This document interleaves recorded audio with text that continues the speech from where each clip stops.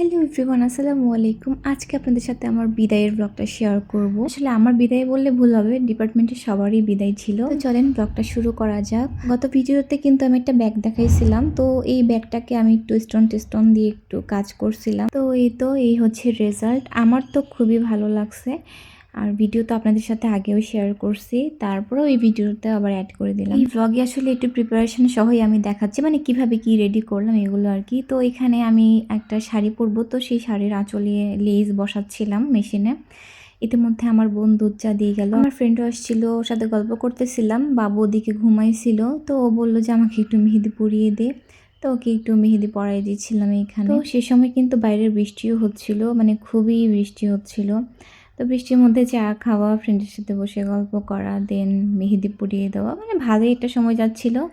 তো একটু পরে আবার আমার বাবু উঠেও যায়, তো লাস্টের দিকে মেহেদিটা আমি একটু কষ্ট করে ওকে পরাই দিয়েছিলাম। বাবু কোল থেকে নামতেছিল না, ওকে কোলে নিয়ে যেভাবে পারছি একটু পরাই দিছি। তো এই হচ্ছে ফাইনাল লুক। পরে তো আপুর এখানে চলে আসি, আর এসেই তো আমি কি পরবো না পরবো, পরের দিন যেহেতু বিদায় ছিল, তো ওইগুলো একটু গুছিয়ে রাখতেছিলাম। আমার হাতে পর্যাপ্ত সময় থাকলে আমি এগুলো গুছিয়ে রাখি, কারণ রেডি হওয়ার সময় হাতে নাগালে সব কিছু না থাকলে মুডটা একদমই খারাপ হয়ে যায়, আর প্রপারভাবে রেডিও হওয়া যায় না তখন। যাই হোক, পরে একটু আম কাটছিলাম, টুকটাক সবাই মিলে একটু একটু আম খাচ্ছিলাম। রাত্রে মাত্র 2-1 ঘন্টা ঘুমাইছি, এর মধ্যে ভোরে উঠে ভাত খাইলাম। বাবু তারপর ঘুমাইছিল, কিন্তু আমার ঘুম ধরতেছিল না, তো সবার জন্য চা বানাইলাম সকালবেলা, আমিও চা খাইলাম। দেন ডিম সিদ্ধ খাচ্ছে, রেডি হচ্ছি। তখন বাজে মোটামুটি এই 11টা-12টার মতো। বাবু আসলে বেশিক্ষণ ঘুমায়নি, ও উঠে গেছে। পরে আমি রেডি হচ্ছিলাম একদিকে, ওকে একদিকে খাওয়াচ্ছিলাম। দেন রেডি হইতে আমার 12টা বাজে। তো ওকে কোনো মতে রেখে আর কি কলেজে চলে আসি।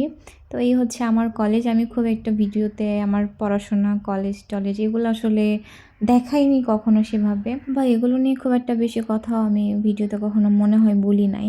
যাই হোক, আজকে কিন্তু আমার ডিপার্টমেন্টের একাংশ দেখতে পারবেন, আর এই হচ্ছে আমার ডিপার্টমেন্ট, উদ্ভিদ বিজ্ঞান। সাবজেক্টটা আমার মোটেও খুব একটা পছন্দের ছিল না, মানে আমি 9-10 থেকেই এই সাবজেক্টটা আমি একটু ইগনোর করে পড়াশোনা করতাম। কিন্তু যখন আমি সাবজেক্ট চয়েসের বেলায় আসি, আমার আব্বুর জন্য আসলে এই সাবজেক্টটা আমার চুজ করা। আর এই তো তারপর কি ভর্তি হয়ে গেলাম, পড়াশোনা দেখতে দেখতে শেষ পর্যায়ে চলে আসছে। থার্ড ইয়ার পর্যন্ত তো ফার্স্ট ক্লাসের মধ্যে রেজাল্ট ছিল। থার্ড ইয়ারে বাবুকে নিয়ে পরীক্ষা দিছিলাম, তারপরও আর কি হয়েছে ভালোই। কিন্তু এবার তো বাবু একটু বড় হয়ে গেছে, খুবই চালাচ্ছিল, মানে পড়াশোনা ঠিকমতো করতে পারতেছিলাম না। তারপর চেষ্টা করছি ভালো করে এক্সাম দেওয়ার, প্রতিবারের মতো এবারও যেন তেমনই রেজাল্ট একটা করতে পারি। আপনারা সবাই দোয়া করবেন আমার জন্য। কলেজে গিয়ে ছবি টবি উঠানোর পর আমার মনে পড়লো যে আমার খাতা বাঁধাই করতে হবে। দেন কম্পিউটারের দোকানে গিয়ে একটু খাতা বাঁধাই করে নিলাম, তারপর আবার আসছি। আসলে আমার ছবি তুলে মন ভরতেছিল না, মনে হচ্ছিল ছবি ভালো আসতেছিল না আমার ওই দিনে। যাই হোক, তো ওই জন্য একটু একই প্লেসে কয়েকবার করে আমি ছবি উঠাইছি। সব স্টুডেন্টরাই এতক্ষণে প্রায় চলে আসছে, আর স্যার ম্যামও একটু পর আসবে, তো সেটারই প্রিপারেশন সবাই নিচ্ছিল। যেই ক্রেস্টগুলো ছিল সেগুলো টেবিলের উপর সবাই সাজাই রাখতেছিল, যাতে স্যার ম্যাম খুব ইজিলি নাম দেখে দেখে দিতে পারে, আর সবার নাম এখানে লেখা ছিল। যাই হোক, এখানে আমি এক পর্যায়ে আমার হিজাবটা খুলে ফেলছি, কারণ আমার কেন জানি মানে ইনারটা খুবই খুবই ঝামেলা করতেছিল, আমাকে ভালোও লাগতেছিল না মনে হচ্ছিল। আর আমার বেশিক্ষণ ইনার পরে থাকলে কান মাথা এগুলো ব্যথা করে, তো ভাবলাম খুলে ফেলি। তো যাই হোক, পরে আমি যেভাবে রেগুলার হিজাব পরি এমনিতে ওভাবেই পরলাম। তো স্যার ম্যাম যেহেতু চলে আসবে, এই জন্য সবাই আমরা সারিবদ্ধ হয়ে বসেছিলাম।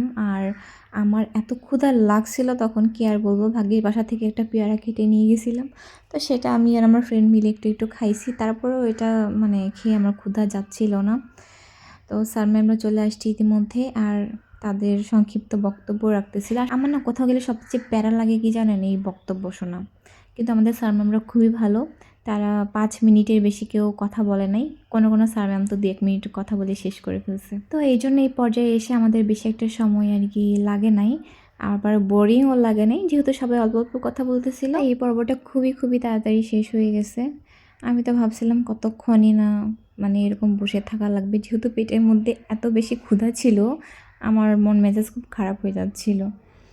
তো এই তো এরপর স্যার ম্যামরা কথা শেষ করে ক্রেস্ট দিচ্ছিল সবাইকে, আমার নাম এক সময় ডাকলো, দেন আমিও গেলাম আর কি ক্রেস্ট নেওয়ার জন্য।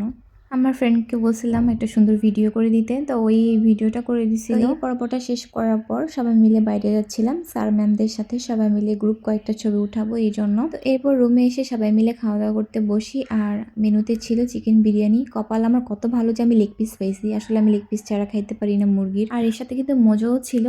তো খাওয়া দাওয়ার পর সবাইকে টি শার্ট দিয়ে দিল, আর এরপর আবার বাইরে গিয়ে সবাই মিলে কয়েকটা ছবি ভিডিও করা হইলো। আমাদের যেহেতু ক্যামেরাম্যান হায়ার করা ছিল ভিডিওর জন্য, ড্রোন শুট এগুলোর জন্য, সেগুলো সব শেষ করে এখন বাসার দিকে যাচ্ছি। সবাই আরও বেশিক্ষণ ছিল কিন্তু আমি চলে যাচ্ছি কারণ মেয়েকে খুব মিস করতেছিলাম। সবাই কি সুন্দর বাবু নিয়ে আসছে কিন্তু আমি আনতে পারিনি কারণ আমার মেয়েটা খুবই দুষ্টু।